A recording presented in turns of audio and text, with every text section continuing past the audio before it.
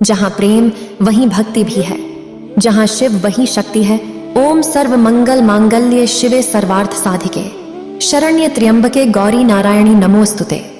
प्रिय भक्तगण, आज हम 3 करुणामयी जगत कल्याणी महादेव के प्रिय 3 माताओं की कहानी सुनाने जा रहे हैं।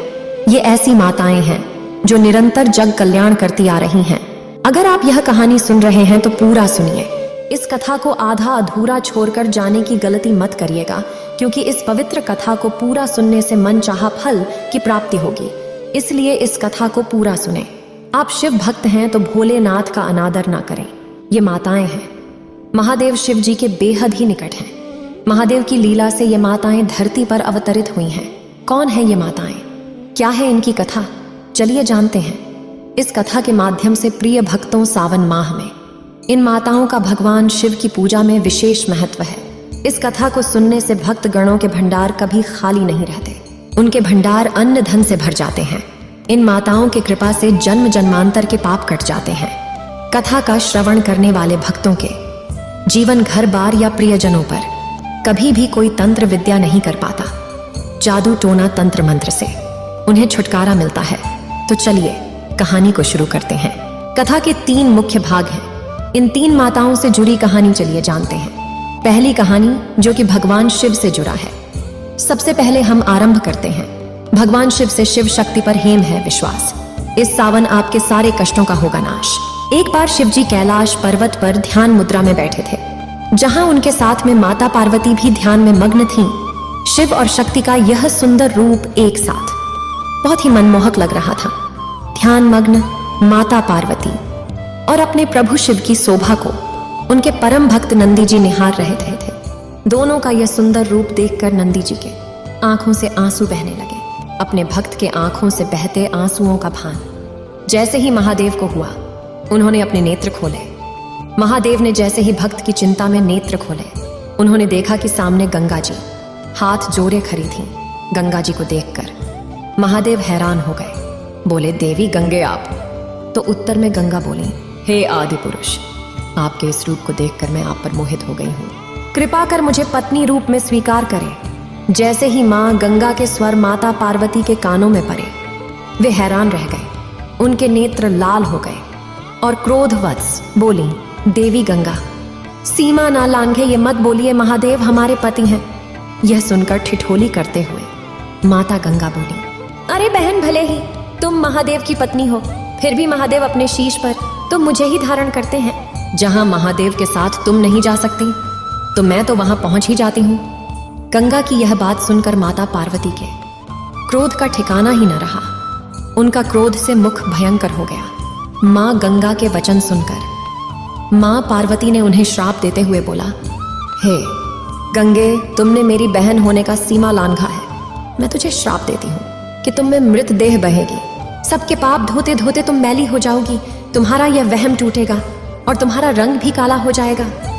माँ गंगा यह सुनते ही महादेव और माता पार्वती के चरणों में गिर गईं और वे अपनी भूल का पश्चाताप माता पार्वती और महादेव से करने लगीं और क्षमा याचना करने लगीं। तब महादेव ने उनसे कहा, यह श्राप तो अब फलित होकर रहेगा, परंतु आपके पश्चाताप से प्रसन्न होकर हम आपके इस श्राप को मुक्त कर देते हैं।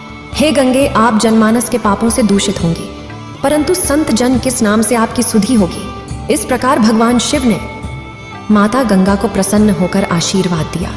इसके बाद से ही गंगा में स्नान से पाप धुल जाते हैं। तब से ही लोग गंगा में स्नान करने के लिए दूर दूर से आते हैं और भूल चूक में पापों से मुक्ति पाते हैं। यह सुनने के बाद माता गंगा आश्वस्त हो गई और वहां से चली जाती हैं। तो आइए सुनते हैं हम माता विंध्यवासिनी की कथा। राजा यहाँ न रंग है, कोई दर की सान निराली है। जिसने जितना श्रद्धा दिखाया, मैया उतना ही देने वाली है। विंध्याचल पर्वत श्रेणी विंध्यवासिनी के निवास का स्थान माना जाता है। माता सती का अंग से सिद्ध पीठ बना, जिसे अभी आज देवी विंध्यवासिनी के धाम के रूप में जाना जाता है। इस पर्वत पर देवी विंध्यवासिनी ने मधु तथा कैटभ नाम के असुरों का विनाश किया था। मान्यताओं के अनुसार विंध्य पर्वत में कठोर तप कर सर्वश्रेष्ठ होने का आशीर्वाद प्राप्त किया था। प्राचीन मान्यताओं के अनुसार विंध्य पर्वत की एक कथा बहुत ही प्रचलित है, जिसके अनुसार पर्वतराज हिमालय को अपने ऊंचा होने का गर्व था जिससे विंध्य पर्वत को ईर्ष्या होने लगी। विंध्य पर्वत स्वयं को छोटा व अपमानित महसूस करने लगा। अपने आत्मग्लानि को दूर करने के लिए और सबसे उच्च पर्वत बनने के लिए मां विंध्यवासिनी की आराधना करने लगा। तब से प्रसन्न होकर देवी के साथ साथ त्रिदेवों ने भी उसे आशीर्वाद प्रदान किया, जिससे कि वह दिनों दिन बढ़ने लगा, नित्य नई ऊंचाइयों को छूते छूते वह एक दिन सूर्य देव के रथ के पहिए तक जा पहुंचे, जिससे दिनकर का रथ रुक गया और सारे संसार में हाहाकार मच गया। देव, दानव, पशु, पक्षी, मनुष्य सभी विचलित हो उठे। इस समस्या का समाधान निकालने के लिए त्रिदेव ने महादेव को विंध्य पर्वत गुरु अगस्त से सहायता मांगने को कहा। अगस्त ऋषि शिष्य को मनाने के लिए राजी हो गए और जैसे ही वह विंध्य पर्वत के समक्ष पहुंचे, अपने गुरु को प्रणाम करने के लिए विंध्य पर्वत दंडवत प्रणाम करने के लिए नीचे झुके। उनके झुकते ही दिनकर का रथ पुनः पर्याप्त रूप से चल पड़ा तथा अगस्त ऋषि ने शिष्य विंध्य को आदेश दिया कि जब तक वह वापस नहीं लौटे तब तक वह दंडवत मुद्रा में ही रहे। यह सुनकर ऋषि दक्षिण की ओर चले गए और कभी वापस लौटकर नहीं आए। माना जाता है कि आज भी उसी प्रकार गुरु के इंतजार में विंध्य पर्वत दंडवत मुद्रा में लेटा हुआ है। इस प्रकार अगस्त ऋषि ने इस समस्या का समाधान निकाला और सृष्टि को पुनः गति में लाए। तो ये थी माता विंध्यवासिनी की महिमा। माता विंध्यवासिनी का यह पर्वत बहुत दूर तक फैला है। अब आइए सुनते हैं दूसरी माता की कहानी। दूसरी माता है हमारी भंडारी देवी, जो भक्तों का भंडार भरती हैं। उन्हें कभी भी खाली हाथ लौटने नहीं देती। यहाँ अन्नपूर्णा स्वरूपा है। यह माता पार्वती का अंश है। सावन का त्यौहार जब भी आता है, शिव की भक्ति में दिल डूब जाता है। बहुत पुरानी बात है। विजयगढ़ का राजा ब्रह्मदत्त हुआ करता था। वह माता विंध्यवासिनी का बहुत बड़ा भक्त था। एक दिन राजा शिकार करने के लिए जंगल में जाता है। जंगल में शिकार करते समय उसने गलती से एक गाय की हत्या कर दी। अब गाय की हत्या हो जाती है तो राजा को गौ दोष का पाप लगता है। इस कारण उसके राज्य में वर्षा नहीं होती। चारों तरफ त्राही त्राही मच जाता है। अब राजा ने इस समस्या का समाधान के लिए पुरोहितों अपने महल के विद्वानों को बुलाया और उनसे पूछा कि इसका उपाय क्या है। राजा की बात सुनकर सभी विद्वानों ने कहा, हे राजा, आप पर गो हत्या का पाप लगा है और पूरी जनता पानी के लिए त्राही त्राही कर रहे हैं, भूखों मर रहे हैं, किसानों की फसलें सूख रही हैं। आप ऐसा करिए कि आप अपने राज्य में तालाब खुदवाए, तो इससे पानी की समस्या नहीं होगी। अब यह सुनकर राजा ने अपने राज्य में तालाब खुदवाना शुरू कर दिया, लेकिन तालाब में एक बूंद भी पानी नहीं हुआ। अब राजा पानी की तलाश में एक के बाद एक साथ तालाब खुदवा देता है, लेकिन सातों तालाब में एक बूंद पानी नहीं पड़ता। अब यह सोचकर राजा ने अपने विद्वानों और पंडितों से पूछा कि अब क्या किया जाए। तालाब में तो पानी एक बूंद भी नहीं पड़ा है। विद्वानों ने उपाय दिया कि महाराज, आप एक काम कर सकते हैं। कोई भी पतिव्रता स्त्री अगर एक घड़ा पानी इस तालाब में डाल देगी तो यह तालाब लबालब पानी से भर जाएगा। राजा ने ऐसा ही किया। सभी नगर में ऐलान करवा दिया। बारी बारी से नगर की सभी स्त्रियां आती हैं और तालाब में पानी डालती हैं, लेकिन तब भी तालाब में पानी नहीं होता। अब राजा को यह देखकर बड़ा ही चिंता होता है। राजा ने सोचा कि यह क्या बात है, तालाब में तो पानी ही नहीं हुआ।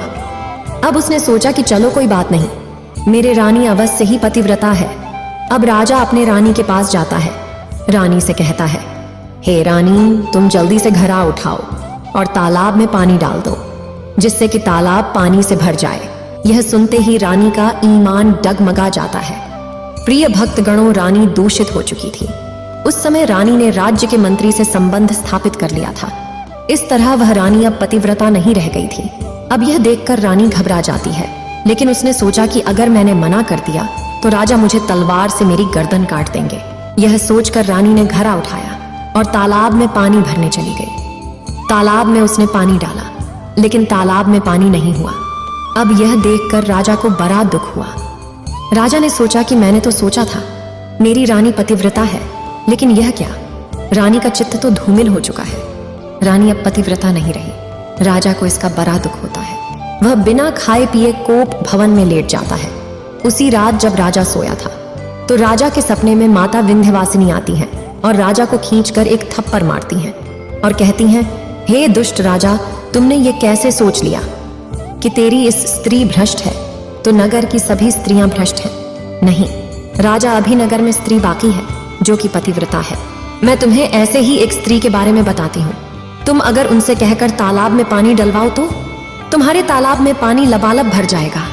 माता विंध्यवासिनी ने कहा, तुम्हारे नगर में एक भीलनी अंदेहिया है जो कि पतिव्रता है, वह विधवा है, उसका एक 8 साल का बालक है, तो उसके पास जाओ। यह कहकर माता विंध्यवासिनी वहां से अंतर्ध्यान हो जाती है। अब राजा की नींद खुल जाती है।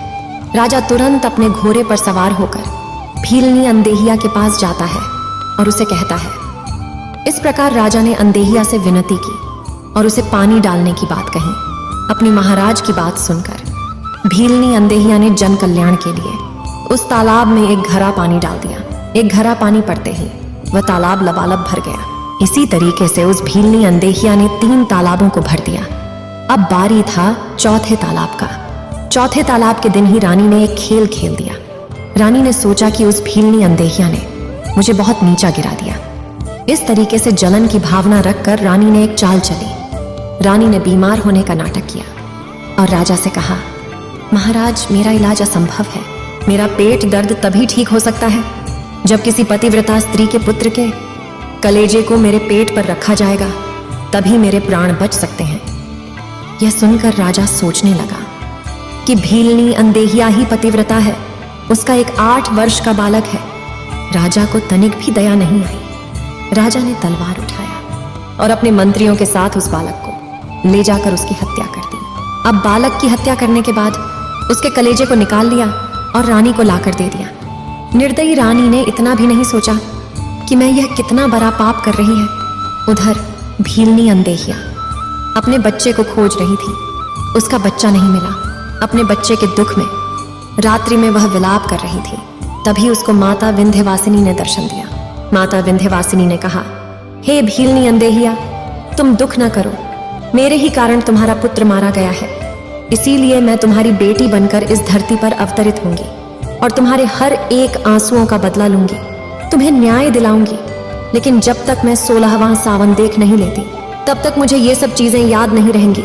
जब मेरा 16वां सावन हो जाएगा, उसके बाद मुझे तुम्हारी कहानी याद आ जाएगी। उस दिन मैं तुम्हारा प्रतिशोध लूंगी, तुम्हारी बेटी बनकर।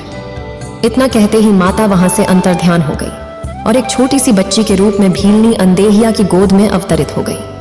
अब जब सुबह होता है तो पूरे नगर में हल्ला मच जाता है कि अरे वाह, भीलनी अंदेहिया तो विधवा थी, उसके गोद में एक दिन की बच्ची कहां से आ गई। उस भीलनी अंदेहिया पर कलंक लगाया जाता है और वह राजा जिसने भीलनी अंदेहिया को माता माता कहकर तालाब में पानी डलवाया था, आज वही राजा उस भीलनी अंदेहिया को अपने राज्य से बाहर भगा देता है। उस भीलनी अंदेहिया को अपना राज्य छोड़ना पड़ता है। उस रानी ने राजा को भड़का दिया कि महाराज, आज यह तो उल्टा है, कुलछनी है, यह विधवा थी, फिर इसको बच्ची कहां से हो गई, यह तो पतिव्रता नहीं है। राजा इस प्रकार से भ्रमित हो जाता है और अपनी रानी के कहने पर उस भीलनी अंदेहिया को नगर से बाहर भिजवा देता है। भीलनी अंदेहिया उस छोटी सी बच्ची को लेकर दर दर जंगल जंगल भटकने लगती है। बिना खाए पिए उस भीलनी अंदेहिया की मौत हो जाती है। बच्ची उसके गोद में ही रो रही थी, तड़प रही थी। तभी वहां से एक कांडपाल नामक राजा शिकार करने के लिए जा रहा थे। राजा ने उस भीलनी अंदेहिया की गोद में एक छोटी सी बच्ची देखा और देखा कि वह स्त्री अब मर चुकी है। तो राजा ने उस भीलनी अंदेहिया का विधिपूर्वक अंतिम संस्कार करवाया और उस बच्ची को अपनी बहन बनाकर पालने पोसने लगी।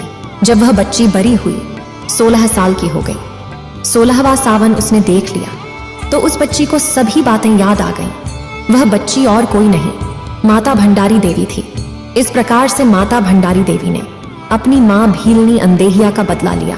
उस राजा का सर धड़ से अलग कर दिया, उसके राज्य को तहस नहस कर दिया और उस विजयगर्ह राज्य को श्राप दे दिया कि यहाँ कभी भी कोई फूलेगा फलेगा नहीं, यह राज्य वीरान हो जाएगा, सुनसान हो जाएगा। इसके बाद माता भंडारी अहरौरा के पहाड़ी पर बस गईं और वहां माता भंडारी देवी के नाम से पहचाने जाने लगी। और माता भंडारी ने वहां के असुरों का वध किया, जन कल्याण किया। लोक मान्यताओं के अनुसार पहले के जमाने में लोग माता भंडारी से अन्न धन मांगने आया करते थे और माता उन्हें अन्न धन दिया करती थी। माता के गुफा से आज भी अन्न धन के भंडार निकलते हैं। तो इस तरह राजा कांडपाल की बहन माता भंडारी हुई। उन्हें माता अन्नपूर्णा का रूप माना जाता है।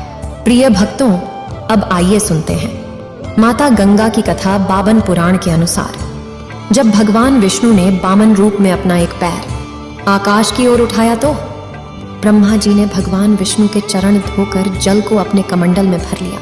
उस जल के तेज से ब्रह्मा जी के कमंडल में गंगा का जन्म हुआ। ब्रह्मा जी ने गंगा को हिमालय को सौंप दिया। इस तरह देवी पार्वती और गंगा दोनों बहनें हुई। इसी में यह कथा कही गई है। देवी गंगा अपने पिता ब्रह्मा के साथ एक बार इंद्रदेव की सभा में आई थी।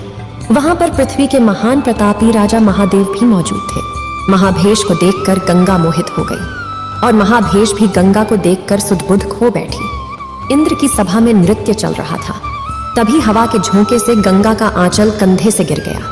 सभा में मौजूद सभी देवी देवताओं ने शिष्टाचार के तौर पर अपनी आंखें झुका लीं, लेकिन गंगा में खोए महाभेश उन्हें एकटक निहारते रह गए और गंगा भी उन्हें देखती रह गई। क्रोधित होकर ब्रह्मा जी ने श्राप दे दिया कि आप दोनों लोक लाज और मर्यादा को भूल गए हैं, इसीलिए आपको धरती पर जाना होगा और आप दोनों एक दूसरे को पसंद करते हैं, इसीलिए वहीं पर आपका मिलन होगा। इस प्रकार से ब्रह्मा जी के श्राप के कारण गंगा नदी के रूप में धरती पर आई और दूसरी ओर महाभेश को हस्तिनापुर के राजा शांतनु के रूप में जन्म लेना पड़ा। एक बार शिकार खेलते हुए शांतनु जब गंगा तट पर पहुंचे तो गंगा मानवीय रूप धारण कर शांतनु के पास आई और दोनों में प्रेम हो गया। शांतनु और गंगा की 8 संतानें हुई, जिनमें 7 को गंगा ने अपने हाथों से जल समाधि दे दी और 8वीं संतान के रूप में देवव्रत भीष्म का जन्म हुआ, लेकिन देवव्रत को गंगा समाधि नहीं दे पाई। कहते हैं कि गंगा की 8वां संतान वसु थे, जिन्हें श्राप मुक्त कराने के लिए गंगा उन्हें जल समाधि दे रही थी, लेकिन 8वीं संतान को वे जल समाधि देने में असफल रहीं। तीनों माताओं की कथा जय हो। गंगा मैया जय माता भंडारी, जय मां विंध्यवासिनी, यह थी तीनों माताओं की कहानी। ये तीनों माताएं सावन में पूजी जाती हैं और सावन में इनका बहुत ही महत्व होता है। गंगा का जल शिव के शीश पर चढ़ता है और सावन में भंडारी माता का पूजन किया जाता है। नवरात्रि के साथ साथ सावन में भी मां विंध्यवासिनी का बहुत महत्व होता है।